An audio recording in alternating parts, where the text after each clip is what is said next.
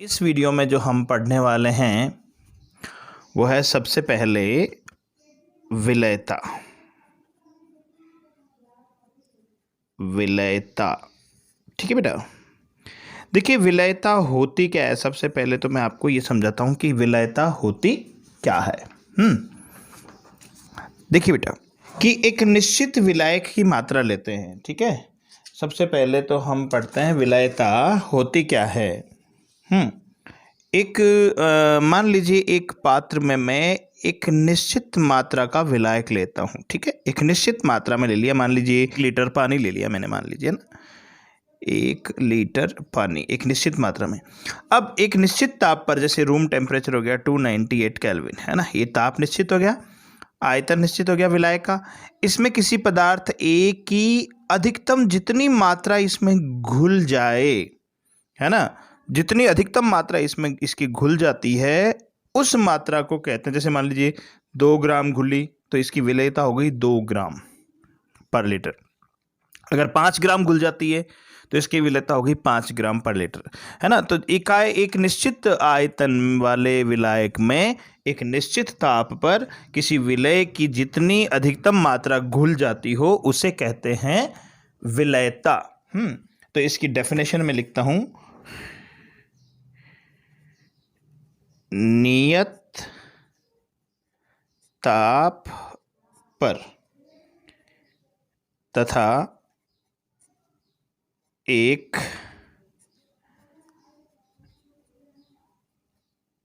निश्चित मात्रा के विलायक में घुली हुई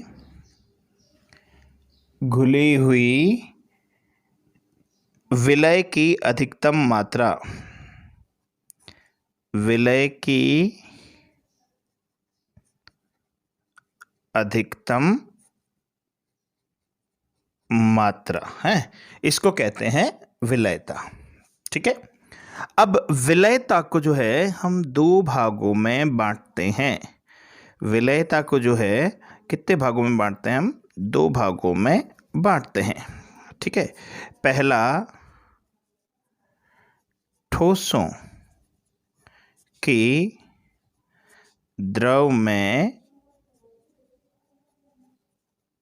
विलयता, और दूसरी हैं गैसों की द्रव में विलयता। अब देखिए बेटा इन दोनों का अलग अलग अपन डिटेल पढ़ेंगे। सबसे पहले हम लेते हैं ठोसों की द्रव में विलयता। इसमें विलायक तो होता है द्रव, जैसा कि इसमें नाम से ही पता चल रहा है, विलायक तो होता है द्रव, और विलय जो होता है वो होता है ठोस। तो इसलिए हम इसको कहेंगे ठोसों की द्रव में विलयता। इसी तरह से इसमें जो है विलायक तो है द्रव, विलायक है द्रव, और विलय जो है वो कौन है? वो है गैस। तो इसमें गैसों की द्रव में विलयता। अब देखिए ठोसों की द्रव में विलयता यानी कि इकाई, इसकी डेफिनेशन क्या बन गई? इसकी डेफिनेशन बन गई कि इकाई आयतन में एक निश्चित विलायक में एक निश्चित ताप पर विलय पदार्थ की, ठोस पदार्थ की जितनी अधिकतम मात्रा घुल जाए उसे उस ठोस की द्रव में विलयता कहते हैं। अब इस विलयता को प्रभावित करने वाले कुछ कारक है जिनको हम पढ़ते हैं। सबसे पहले विलयता को इसमें देखिए प्रभावित करने वाले कारक, प्रभावित करने वाले कारक, ठीक है। तो ठोसों की द्रव में विलयता को प्रभावित करने वाले कारकों में सबसे पहला कारक है ताप, ताप का प्रभाव। दूसरा कारक होगा आपके इसमें दाब का प्रभाव, दाब का प्रभाव। ठीक है, और तीसरा है विलय की प्रकृति। विलय की प्रकृति है। इसी प्रकार इनकी डिटेल अभी हम पढ़ते हैं थोड़ी देर बाद। इसी प्रकार गैसों की द्रव में विलयता में विलायक तो होता है द्रव और विलय होता है गैस है। तो इसकी गैसों की द्रव में विलयता को जो हम दर्शाते हैं उससे बोलते हैं हम अवशोषण गुणांक से दर्शाते हैं। अवशोषण गुणांक, अवशोषण गुणांक। ठीक है बेटा, तो ये अवशोषण गुणांक जो है बहुत इंपॉर्टेंट है, इसकी डेफिनेशन एग्जाम में पूछ ली जाती हैं, तो थोड़ा सा ध्यान रहें। मैं इधर इसकी डेफिनेशन लिख देता हूँ कि होती क्या है। अवशोषण गुणांक।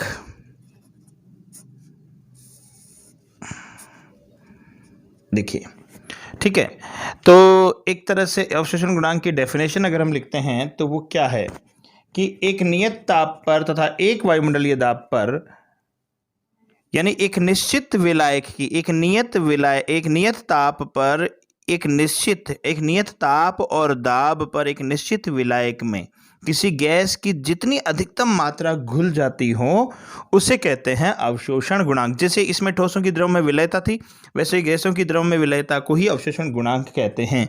तो इसकी परिभाषा क्या बनी? नियत ताप तथा एक वायुमंडलीय दाब, नियत ताप तथा एक वायुमंडलीय दाब पर किसी द्रव के इकाई आयतन में घुली हुई गैस की अधिकतम मात्रा।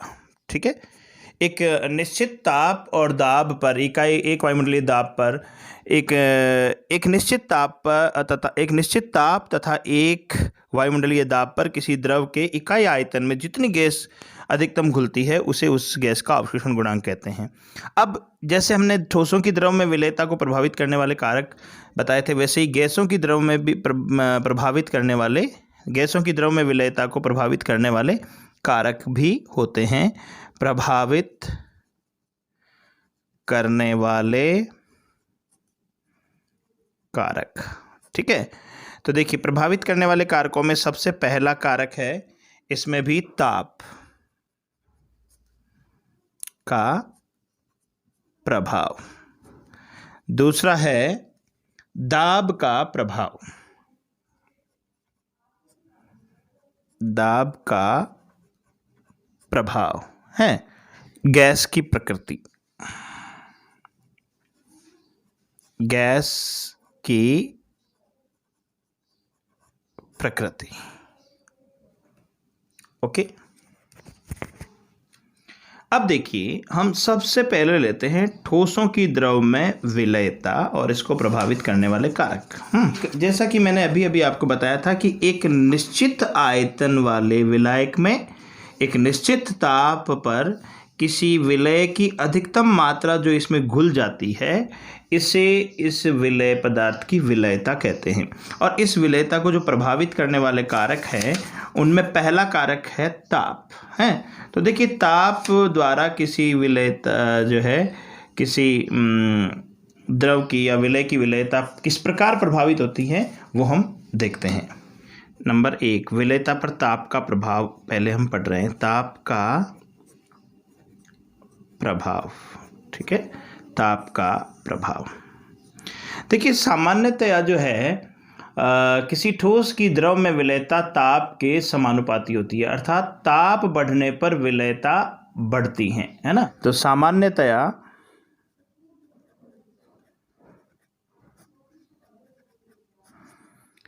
किसी ठोस की विलयता जो है ठोस की द्रव में विलयता ताप के समानुपाती होती है, यानी कि ताप बढ़ाएंगे तो विलयता बढ़ेगी। फिर भी इसे दो प्रकार की अभिक्रियाओं के इस आधार पर दो प्रकार की अभिक्रियाओं से समझ सकते हैं, है ना। एक होती है ऊष्मा शोषी अभिक्रिया, ठीक है, और दूसरी होती है ऊष्मा क्षेपी अभिक्रिया, ठीक है। तो देखिए बेटा, ऊष्मा शोषी अभिक्रियाएं आप सब जानते हो, छोटी क्लासेस में पढ़ी आपने। वे अभिक्रियाएं जो ऊष्मा का अवशोषण करती हैं ऊष्मा शोषी अभिक्रियाएं कहलाती हैं। मैं एक बार फिर से बता रहा हूं, वे अभिक्रियाएं जो ऊष्मा का अवशोषण करती हैं उनको ऊष्मा शोषी अभिक्रियाएं कहते हैं। तो जब किसी ठोस को द्रव में घोलते हैं और उस दौरान कोई ऊष्मा शोषी अभिक्रिया होती हैं तो ऐसी अभिक्रियाओं का जो वेग है ताप बढ़ाने पर बढ़ता है ना। तो इनकी विलयता जो है वो ताप बढ़ाने पर बढ़ेगी, यानी ताप के समानुपाती होती है, क्योंकि ऊष्मा शोषी है ये, इनको ऊष्मा अवशोषित करनी है, यानी कि ऊष्मा की इनको आवश्यकता है। इसलिए जैसे ही ताप बढ़ाएंगे तो इनकी विलयता बढ़ेगी। और ऐसे ठोसों का उदाहरण है NaCl, KCl, NH4Cl, Ki, NaNO3 आदि, ठीक है। तो इनके उदाहरण हैं NaCl, KCl, NH4Cl, Ki, NaNO3 आदि। यानी इनको, ये ऐसे ठोस हैं जिनको द्रव में अगर घोलते हैं तो ताप बढ़ाने पर इनकी विलयता बढ़ती है। तो इसको समझने के लिए मैं आपको बताऊंगा। इनको वैसे याद करने में ऐसे दिक्कत आती है बेटा, एग्जाम्पल जरूर याद कीजिए।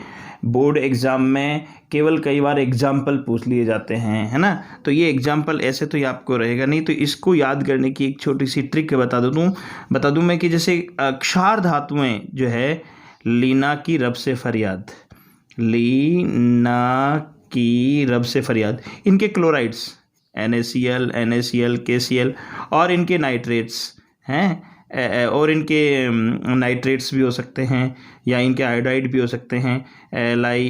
वो क्या, जैसे इनके आयोडाइड्स भी हो सकते हैं, जैसे Na, Ki हैं, इनके नाइट्रेट्स भी हो सकते हैं NaNO3, KNO3, इस तरह से इसको याद किया जा सकता है।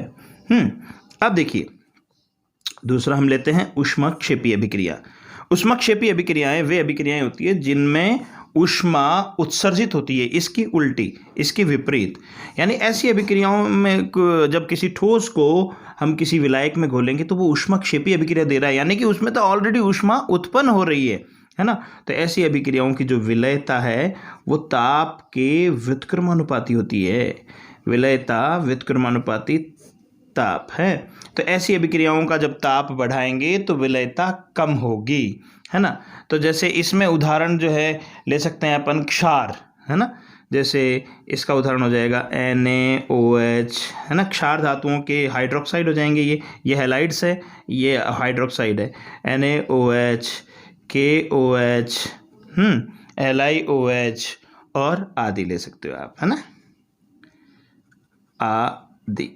तो इनको जल में घोलोगे तो ये तो वैसे ही जैसे क्षार है कोई भी, तो वो उनको जल में घोलते हैं तो वो तो वैसे ही ऊष्माक्षेपी अभिक्रिया देते हैं, ऊष्मा उत्पन्न होती है उनमें। और जब ऊष्माक्षेपी अभिक्रिया देंगे तो ऐसे में उनका ताप बढ़ाने पर उनकी विलयता कम हो जाती है।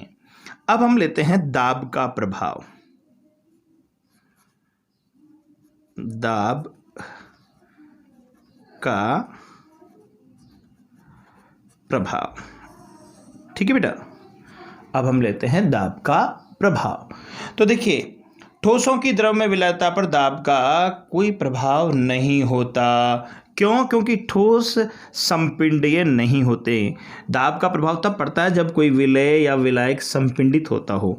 तो ठोसों की द्रव में विलयता पर, ठोसों की द्रव में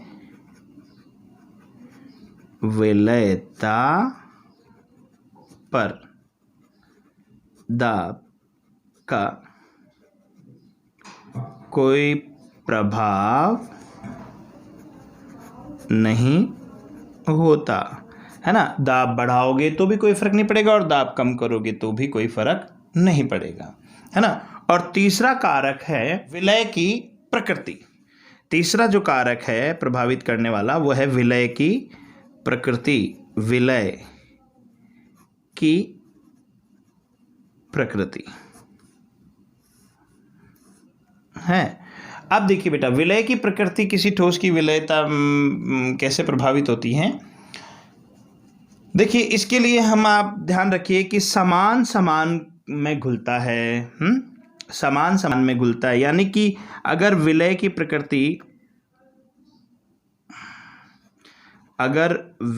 प्रकृति ध्रुवीय है, ध्रुवीय, तो ये ध्रुवीय विलायकों में विलयशील होता है। तो विलायक भी कैसा होना चाहिए फिर? विलायक भी फिर होना चाहिए ध्रुवीय। विलायक भी ध्रुवीय है। या अगर विलय, तो इसमें ये विलयशील है। और अगर मान लीजिए विलय अध्रुवीय है और विलायक भी अध्रुवीय है तो ये भी विलयशील है। लेकिन अगर विलय ध्रुवीय और विलायक अध्रुवीय हो तो ये विलयशील नहीं होगा, है। देखिए, इसे मैं आपको थोड़ा सा और समझा दूं। पहले तो मैं आपको बता दूं, देखिए इस टॉपिक को, विलय की ध्रुवीय प्रकृति को समझाने के लिए मैं आपको थोड़ा सा बता दूं कि जैसे कुछ अणु होते हैं, जैसे HCl है, ये सहसंयोजक बंध है इन दोनों के बीच। तो हम जानते हैं कि क्लोरीन की विद्युत ऋणता हाइड्रोजन से अधिक होती है, तो बंध के इलेक्ट्रॉन थोड़े से क्लोरीन की ओर खिसक जाते हैं, जिससे क्लोरीन के ऊपर आंशिक ऋणावेश आ जाता है और हाइड्रोजन के ऊपर आंशिक धनावेश। तो एक ही अणु में दो सिरों पर दो ध्रुव बन जाते हैं, एक सिरे पर प्लस धन ध्रुव, दूसरे सिरे पर ऋण ध्रुव। तो इस तरह के यौगिक को बोलते हैं ध्रुवीय, है ना, ध्रुवीय, है ना। इनमें द्विध्रुव आघूर्ण जो होता है शून्य नहीं होता है, इनमें कोई ना कोई इनके द्विध्रुव आघूर्ण का मान होता है। और द्विध्रुव आघूर्ण होता है mu is equal to Q into R. Q जो है इनके ऊपर किसी भी, ये ले लो चाहे ये ले लो, इनमें से कोई सा भी एक चार्ज होता है। आर इनके बीच की डिस्टेंस है। तो जब कोई ना कोई चार्ज होगा तो इस म्यू का कोई ना कोई मान होगा और ये ध्रुवीय हो जाएगा, है। और अध्रुवीय, जिनका द्विध्रुव आघूर्ण शून्य होता है, जिनमें कोई द्विध्रुव आघूर्ण नहीं होता, वो कहलाते हैं उनके जो सिरों पर कोई प्लस माइनस चार्ज नहीं होते। कि अब मैं बताता हूँ आपको, विलय और विलायक अगर दोनों ध्रुवीय हैं, है ना, इसका उदाहरण देता हूँ। जैसे जल विलायक जो ध्रुवीय होता है, और विलय जैसे मान लीजिए NaCl है, वो भी ध्रुवीय होता है, तो जल में NaCl विलयशील होता है। तो विलायक भी ध्रुवीय और विलय भी ध्रुवीय, तो वो उसमें विलयशील होता है। अब आ जाते हैं इधर, विलय अगर अध्रुवीय और विलायक भी अध्रुवीय, अगर दोनों अध्रुवीय तो भी घुल जाएगा, क्योंकि समान समान में घुलता है ना। तो ये दोनों अध्रुवीय, जैसे विलायक पेट्रोल ले लिया आपने और अध्रुवीय विलय ले लिया हमने ऑयल। तो ऑयल को जब पेट्रोल में डालेंगे या केरोसिन को पेट्रोल में डालेंगे तो वो मिक्सअप हो जाएंगे, क्योंकि दोनों ही अध्रुवीय हैं, दोनों अध्रुवीय इसलिए आसानी से घुल जाएंगे, है ना। अब इसमें लेते हैं विलय ध्रुवीय, जैसे मान लीजिए NaCl ले लिया, और विलायक अध्रुवीय जैसे तेल। तो ये दोनों अलग अलग है। तो तेल में आप नमक को घोलो, कितना ही घोलते जाओ वो घुलेगा ही नहीं। क्यों नहीं घुलेगा? क्योंकि इसमें विलायक अध्रुवीय और विलय ध्रुवीय। इस तरह से इसका उल्टा भी हो जाएगा, अगर विलय अध्रुवीय और विलायक ध्रुवीय हो तो भी ये नहीं घुलेगा। जैसे मान लीजिए आपने विलायक तो ले लिया पानी, विलायक तो ले लिया मान लीजिए आपने अध्रुवीय जैसे तेल, और विलय ले लिया आपने जैसे ध्रुवीय जैसे पानी। तो तेल में अगर पानी को घोलोगे तो वो भी नहीं घुलेगा, क्योंकि एक ध्रुवीय और एक अध्रुवीय है। तो ठोसों की द्रव में विलयता और उसको प्रभावित करने वाले कारक तो हम पढ़ चुके हैं। अब हम पढ़ेंगे गैसों की द्रव में विलयता और उनको प्रभावित करने वाले कारक। तो देखिए, अभी हमने पढ़ा कि गैसों की द्रव में विलयता को अवशोषण गुणांक से दर्शाया जाता है। और अवशोषण गुणांक क्या होता है कि जैसे इकाई आयतन विलायक में एक निश्चित ताप तथा एक वायुमंडलीय दाब, हैं, इकाई आयतन विलायक में एक निश्चित ताप तथा एक वायुमंडलीय दाब पर किसी गैस की जितनी अधिकतम मात्रा घुल जाती है उसे बोलते हैं अवशोषण गुणांक। ठीक है, तो जिस गैस का अवशोषण गुणांक जितना ज़्यादा होगा वो उतनी ही अधिक विलयशील होगी, उसकी विलयता उतनी ही अधिक होगी। ठीक है, तो अब इसको प्रभावित करने वाले कारक मैं आपको बताता हूं। तो गैसों की द्रव में विलयता। ठीक है, इसको प्रभावित करने वाले कारक जो हैं वो हम पढ़ रहे हैं, और इसको प्रभावित करने वाले कारकों में सबसे पहला कारक है ताप। ठीक है, और दूसरा कारक हम पढ़ेंगे गैस की प्रकृति। गैस की प्रकृति, और तीसरा जो कारक है वो हम पढ़ेंगे दाब, जो कि एक बहुत ही महत्वपूर्ण कारक है। ठीक है, तो सबसे पहले हम बात करते हैं ताप की।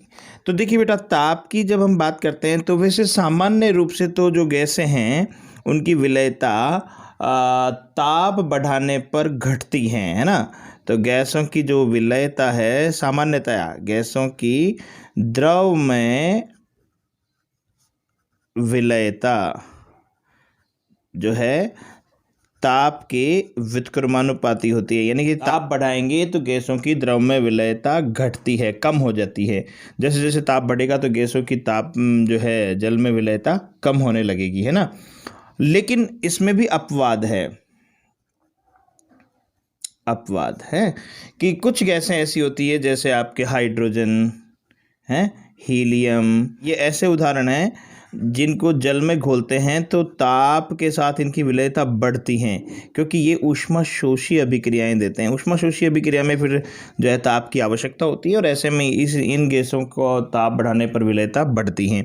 और इस उदाहरण को स्पेशली ध्यान रखिएगा, क्वेश्चन में बोर्ड के एग्ज़ाम में पूछे जाते हैं। मैं जिन को अंडरलाइन कर लूँ ये समझ लो कि ये बहुत इंपॉर्टेंट है, बोर्ड में पूछे जाने के पूरे चांस होते हैं इनके। ठीक है, और अवशोषण गुणांक का बढ़ता क्रम, अगर मैं घटता क्रम लिखूं तो जैसे अमोनिया है, इसका अवशोषण गुणांक देखिए सबसे ज़्यादा होता है क्योंकि हाइड्रोजन बॉन्ड फॉर्म करता है ये। उसके बाद HCl, उसके बाद CO2, उसके बाद O2 और N2, है ना। तो देखिए ये इनका घटता हुआ क्रम है। गैसों की विलयता पर ताप के प्रभाव पर कुछ बौद्धात्मक प्रश्न भी बनते हैं। जैसे एक प्रश्न मैं आपको देता हूँ इस पे,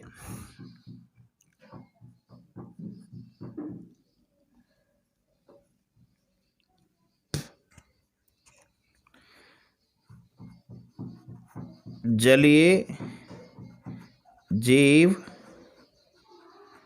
गर्म जल की अपेक्षा ठंडे जल में रहना अधिक पसंद करते हैं। तो जलीय जीव जो होते हैं वो चाहते हैं कि गर्म जल की अपेक्षा ठंडे जल में उनको रहना ज़्यादा अच्छा लगता है। कारण कि गर्म जल में यानी कि गैस की यानी ऑक्सीजन की जल में विलयता कम हो जाती है, इसलिए इनको श्वसन में थोड़ी प्रॉब्लम होती हैं।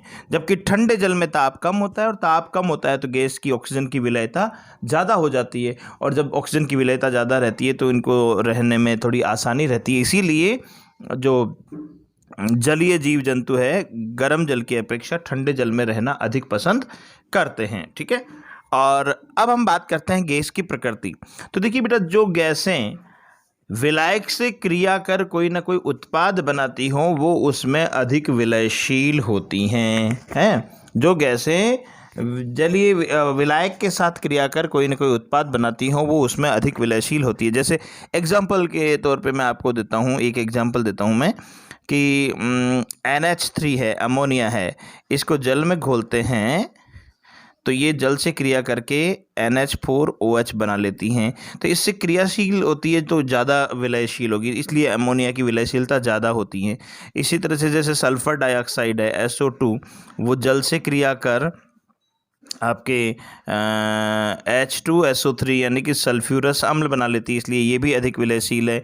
आपके तीसरे नंबर पे अगर हम बात करते हैं ऑक्सीजन की रक्त में विलयता है, तो ऑक्सीजन की जो रक्त में विलयता इसलिए है क्योंकि ये हीमोग्लोबिन से क्रिया करके ऑक्सी हीमोग्लोबिन बना लेती हैं तो ये ऑक्सी हीमोग्लोबिन बनाने के कारण इसमें अधिक विलयशील है। तो एक प्रश्न भी बनता है कि ऑक्सीजन की विलयता जल की अपेक्षा रक्त में अधिक है, क्यों? क्योंकि ऑक्सीजन जल से कोई क्रिया नहीं करता, जबकि रक्त में उपस्थित हीमोग्लोबिन से क्रिया करके ये ऑक्सी हीमोग्लोबिन बनाता है, इसलिए ये इसमें अधिक विलयशील होता है। ठीक है, अब हम बात करते हैं दाब की।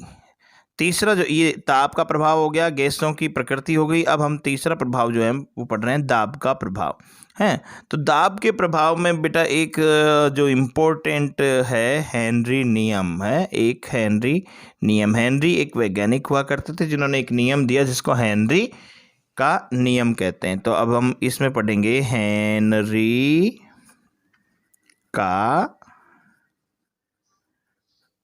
नियम। देखिए हेनरी का नियम क्या है। हेनरी का जो नियम है, गैसों की द्रव में विलयता पर दाब के प्रभाव को दर्शाता है। ठीक है, और ये कहता है कि जैसे मान लीजिए कोई ये विलायक है, ये विलायक है इसमें, अब इसमें कोई गैस अगर घोलते हैं तो उस गैस की विलयता जो है वो दाब के समानुपाती होगा। उच्च दाब होगा तो इसकी विलयता अधिक होगी, दाब कम होगा तो गैस की द्रव में विलयता कम होगी। हैं, तो इसको हम कैसे लिख सकते हैं, इसको परिभाषित कैसे कर सकते हैं? नियत ताप पर गैसों की द्रव में विलयता उस गैस के द्वारा लगाए गए दाब के समानुपाती होती हैं। यानी दाब बढ़ाएंगे तो विलयता बढ़ेगी और दाब कम करेंगे तो विलयता कम होगी। अब इसको गणितीय रूप में हम निम्न प्रकार समझा सकते हैं। Small m is directly proportional to p। m जो है यहाँ पर वो हो जाएगी गैसों की द्रव में विलयता, गैस की द्रव में विलयता। ठीक है, और जो दाब है p है लगने वाला दाब। ठीक है, इस डायरेक्टली प्रोपोर्शनल का सिंबल हटाते हैं तो कांस्टेंट KH लग जाएगा, KH। ठीक है, इसको दे देंगे हम इक्वेशन नंबर 1। KH जो है वो है हेनरी स्थिरांक। ठीक है, अब देखिए इस हेनरी के नियम को हम मोल भिन्न के रूप में भी दर्शा सकते हैं। मोल भिन्न के रूप में इसको कैसे परिभाषित कर सकते हैं, इसका दूसरा रूप है, इसका एक और हेनरी का नियम। हेनरी का नियम किसके रूप में? मोल भिन्न के रूप में, है ना, मोल भिन्न के रूप में। इसका एक दूसरा रूप और लिख सकते हैं, और वो क्या कहता है कि नियत ताप पर किसी गैस का वाष्प अवस्था में आंशिक दाब उस गैस की मोल भिन्न के समानुपाती होता है। यानी दाब समानुपाती मोल भिन्न x मान लेते हैं अपन। तो देखिए इससे इसमें ये मैच करता हुआ इसलिए कि हमने विलयता को m से दर्शाया इसमें, है ना, और विलयता यानी कि पदार्थ की मात्रा जितनी घुलती है उसी को तो विलयता कहते हैं, और वो समानुपाती होती है p के, इसके अकॉर्डिंग है, या p समानुपाती m के या m समानुपाती p के। तो इसमें भी क्या है, मोल भिन्न क्या होती है? गैस की मोल भिन्न यानी उस गैस की मात्रा ही तो होती है, और ये दाब के समानुपाती होता है, या ये x समानुपाती p या p समानुपाती x, बात एक ही। इस समानुपाती के चिन्ह को हटाते हैं अपन, तो p is equals to KH into x, है ना। तो जहां P जो है वो तो है गैस का आंशिक दाब, गैस का आंशिक दाब, और जो x है वो है गैस की मोल भिन्न। ओके, अब देखिए हेनरी के नियम की भी कुछ सीमाएं हैं, है ना। हेनरी के नियम की सीमाएं। बेटा इनको ध्यान से समझिएगा, क्योंकि कई बार ऐसे प्रश्न भी देखे गए हैं, जिनमें केवल हेनरी के नियम की सीमाएं पूछी गई। तो एक तो पहली सीमा तो है कि दाब बहुत अधिक नहीं होना चाहिए। दाब बहुत अधिक नहीं होना चाहिए है। दूसरा, ताप बहुत कम नहीं होना चाहिए। ताप बहुत कम नहीं होना चाहिए। एक तो दाब बहुत अधिक नहीं होना चाहिए, दूसरा ताप बहुत कम नहीं होना चाहिए, तीसरा विलयन तनु होने चाहिए, यानी विलयन की सांद्रता कम रहनी चाहिए।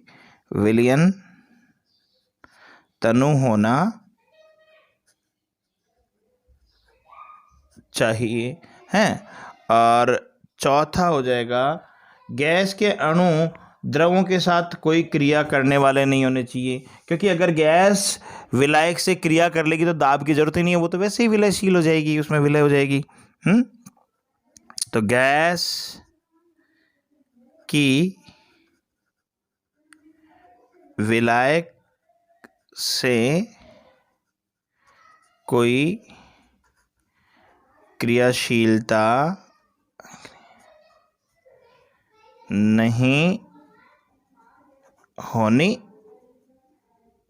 चाहिए है। गैस की जो है विलायक से कोई क्रियाशीलता नहीं होनी चाहिए। अब हम पढ़ते हैं हेनरी के नियम के अनुप्रयोग। ये हेनरी के नियम के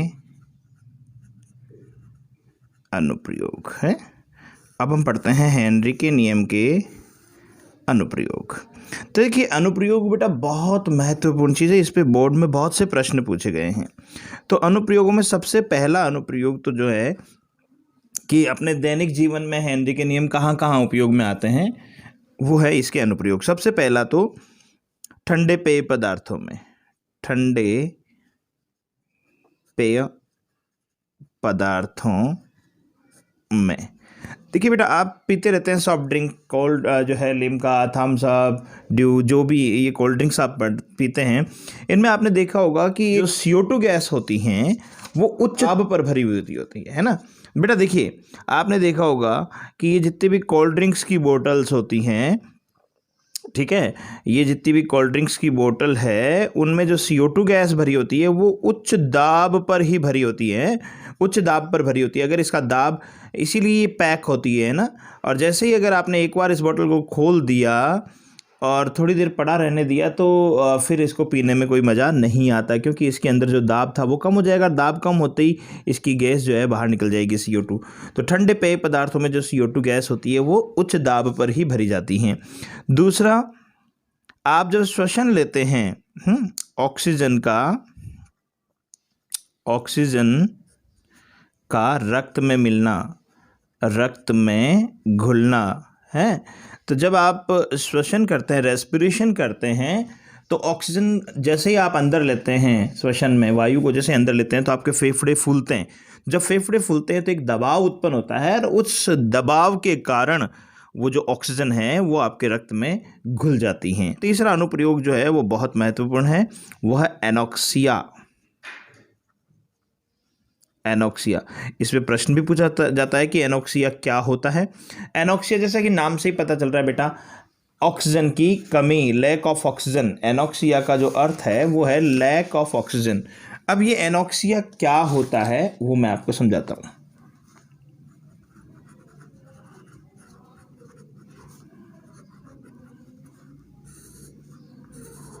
देखिए, अब ये एनोक्सिया होता क्या है वो मैं आपको समझाता हूँ इस डायग्राम की हेल्प से, ठीक है।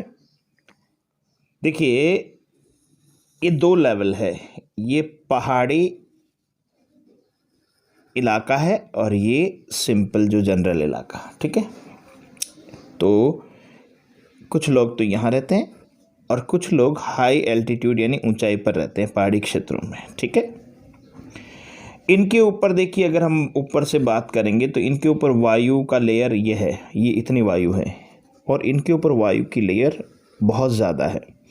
तो इसके ऊपर देखिए वायु की लेयर ज़्यादा है, इसके ऊपर वायु की लेयर कम है, तो दाब जो है वो किस पे ज़्यादा होगा? सीधी सी बात है, ए, यह ए और यह बी, तो सीधी सी बात है ए, यानी कि जो धरातल पर रहने वाले लोग हैं उनमें वायुमंडल का जो ऊपर की ओर से लगने वाला वायुमंडल ये दाब है वो अधिक होगा। जैसे जैसे ऊंचाई पर जाएंगे तो यहाँ पर दाब क्या होता जाएगा? कम होता जाएगा। तो जैसे जैसे ऊंचाई पर जाते हैं दाब कम होता जाता है, और जब दाब कम हो जाएगा यहाँ पर, तो यहाँ पर रक्त की ऑक्सीजन में विलयता कम हो जाएगी। तो हाई एल्टीट्यूड यानी ऊंचाई पर रहने वाले लोगों के रक्त में ऑक्सीजन की विलयता कम होने से उनके रक्त में ऑक्सीजन की कमी हो जाएगी, जिसके कारण उनके मस्तिष्क को पर्याप्त मात्रा में ऑक्सीजन नहीं मिल पाती, इसलिए उनके सोचने समझने की क्षमता कुछ कम हो जाती है, जिसको एनॉक्सिया कहते हैं। इसे कहते हैं एनॉक्सिया। तो एक तरह से आप इसको परिभाषित भी कर सकते हैं कि रक्त की जो कमी होती है उसको एनॉक्सिया कहते हैं, और ये क्यों होती है वो मैंने आपको समझा दिया। ठीक है, और इस एग्जाम्पल को आप अच्छे से ध्यान रखिएगा। तो चौथा है बैंड। चौथा है बैंड, ये भी बहुत महत्वपूर्ण है। ये ठीक एनॉक्सिया के विपरीत होता है। देखिए बेटा, क्या होता है, जो गहराई में, समुद्र की गहराई में, ये मान लीजिए इसमें गहराई में बात करेंगे हम, हैं, तो यहाँ एक तो आदमी है यहाँ पर, ठीक है, और जब सी डाइवर्स यानी कि समुद्री गोताखोर जब गहराई में जाते हैं, तो ये समुद्री गोताखोर ये गहराई में आ गया। जब समुद्री गोताखोर गहराई में जाते हैं तो इनके ऊपर ये दबाव बढ़ जाता है। जितनी गहराई में जाएंगे उतना दाब कम हो जाएगा। जैसे जितनी ऊंचाई पे जाएंगे दाब, जितनी ऊंचाई पे जाएंगे दाब कम होगा, और जितनी गहराई में जाएंगे दाब बढ़ेगा, है ना। ये तो जानते हैं आप, ये तो आप जानते हैं। और जैसे जैसे ये दाब बढ़ेगा तो इसके रक्त में ऑक्सीजन की विलयता बढ़ जाएगी। ठीक है, ये सिलेंडर, ऑक्सीजन सिलेंडर साथ में ले गया, और इस ऑक्सीजन की विलयता इसके रक्त में बढ़ जाती है। लेकिन जब ये वापस बाहर आता है तो दाब वापस क्या होता है, कम हो जाता है। और जब दाब कम हो जाता है तो इसके रक्त में घुली हुई जो ऑक्सीजन है वो वापस बाहर निकलने लगती है बुलबुलों के रूप में।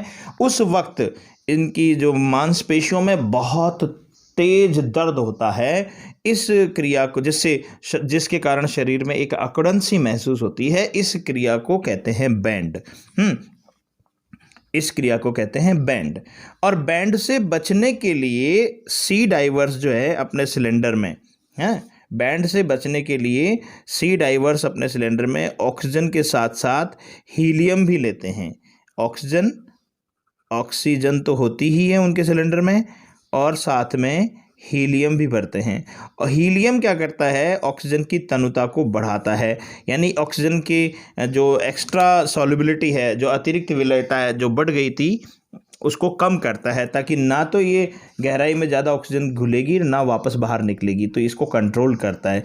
इसलिए इसमें सी डाइवर्स, ये प्रश्न बनता है बेटा कि समुद्री गोताखोरों के जो सिलेंडर में ऑक्सीजन के साथ हीलियम को क्यों भरा जाता है। इस वीडियो के अंत में कुछ क्वेश्चन बताता हूँ कि देखिए, पहले मैं क्वेश्चन बताऊंगा, उसके बाद न्यूमेरिकल बताऊंगा। ठीक है, सबसे पहला क्वेश्चन तो इस पे बन सकता है कि सीधा सब डायरेक्ट हेनरी का नियम ही पूछा जा सकता है। ठीक है, हेनरी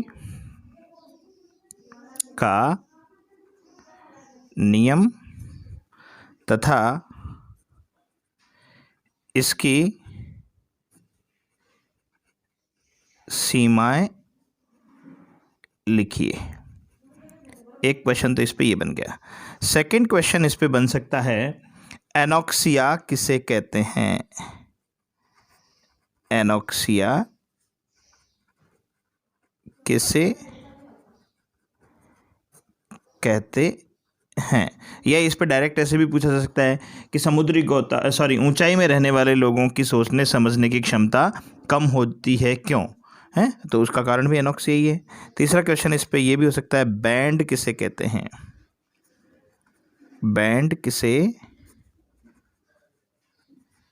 कहते हैं। ठीक है, चौथा क्वेश्चन ये बन सकता है इस पे कि समुद्री गोताखोर अपने सिलेंडर में ऑक्सीजन के साथ हीलियम भी भरते हैं, क्यों। समुद्री गोताखोर अपने सिलेंडर में ऑक्सीजन के साथ हीलियम भी भरते हैं। क्यों है हीलियम को क्यों भरते हैं इसमें? और अब मैं आपको इस पे बनने वाले कुछ न्यूमेरिकल के बारे में बताता हूँ। देखिए, इस प्रश्न में पूछा गया है कि सड़े हुए अंडे वाली विषैली गैस, एक विषैली गैस होती है H2S जिसकी गंध होती है सड़े अंडे के समान, ठीक है, गुणात्मक विश्लेषण में उपयोग की जाती हैं। यदि H2S गैस की जल में STP यानी स्टैंडर्ड टेम्परेचर प्रेशर, NTP है एक प्रकार का, पर विलयता 0.195 मोल पर kg, यानी ये मोललता है, ध्यान दीजिए बेटा, ये स्मॉल m है, यहाँ अगर कैपिटल M होता तो मोल पर लीटर यानी मोलरिटी होता है, मोलरता होती, लेकिन यहाँ पर स्मॉल m है इसलिए ये मोललता है, हो तो हेनरी स्थिरांक की गणना कीजिए। हैं पहले तो ये देखिए कि इसमें गिवन क्वांटिटीज़ कौन कौन सी है, यानी क्या क्या राशियां दे रखी हैं। सबसे पहले तो दे रखी है H2S की विलयता, और वो कितनी दे रखी है 0.195 स्मॉल m। इसका मतलब होता है H2S की मोल संख्या तो कितनी हुई, मोल संख्या 0.195 मोल, ठीक है, और जल की मात्रा यानी विलायक की मात्रा कितनी हो जाएगी, विलायक की मात्रा। देखिए, ये मोललता जो होती है मोल पर केजी होती है, तो इसका मतलब सीधी सी बात है विलायक कितना है 1 kg, है ना, 1 kg 1 किलोग्राम यानी कि 1000 ग्राम, ठीक है। तो अब देखिए हमारे पास सूत्र है, अच्छा दाब क्या होता है, वायुमंडलीय दाब 1 एटमॉस्फेयर होता है, ये 1 वायुमंडलीय दाब, ये फिक्स है, कांस्टेंट है। तो देखिए सूत्र क्या होता है, P बराबर KH इंटू एक्स, है ना, ये फॉर्मूला होता है। P आपके पास है, KH आपको ज्ञात करना है, हेनरी स्थिरांक की गणना कीजिए, तो KH आपको ज्ञात करना है, X निकालना है आपको, H2S का X यानी मोल भिन्न। तो हम जानते हैं मोल भिन्न निकालने के लिए पहले इन दोनों की H2S की और जल की मोल संख्या निकालनी पड़ेगी आपको। तो H2S की मोल संख्या तो कितनी हो गई, मोल संख्या बराबर 0.195, और H2O यानी कि जल की मोल संख्या जो है वो ग्राम में भार जल का बटे अणुभार जल का, ठीक है, 1000/18 हैं, ये आपकी हो जाएगी 55.5, ठीक है। और कुल मोल संख्या जो है, कुल मोल